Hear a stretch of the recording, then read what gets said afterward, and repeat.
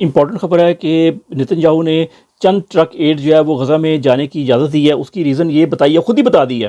کہ شیطان ہو تو شیطان تو پھر شیطانی ہوتی ہے اس کے پیچھے، بے شک وہ اچھا ہی کام کیوں نہ کر رہا ہو۔ اس نے کہا جی کہ ہمارے جو الائز ہیں جیسے یو کے، فرانس اور جرمنی وغیرہ، انہوں نے کل کافی زیادہ اعتراض کیا اسرائیل کے اوپر اور بڑا اس کو غصہ دکھایا کہ یار تم کیا جینوسائیڈ کر رہے ہو۔ اس کو چپ کرانے کے لیے کہ انہوں نے اپنے ملک میں اپنے لوگوں کو بیوقوف بنانا ہے تو ان سے بنایا نہیں جا رہا، تو اس نے کہا جی کہ میں اس لیے گیٹ ایڈ کی اجازت دی ہے تاکہ وہ اپنے ملک میں یورپین لوگوں کو بیوقوف بنا سکیں کہ دیکھو جی ہم نے دیکھو اجازت دلوا دی ہے۔ لیکن اس کے ساتھ ہی کیا کیا گیا، جب چند ٹرک گئے اور کچھ ٹرک جو تھے وہ ایک ہاسپٹل کے اندر انہوں نے ان لوڈ کر دی اپنی چیزیں جو مبینہ طور پہ سامنے آ رہی ہیں،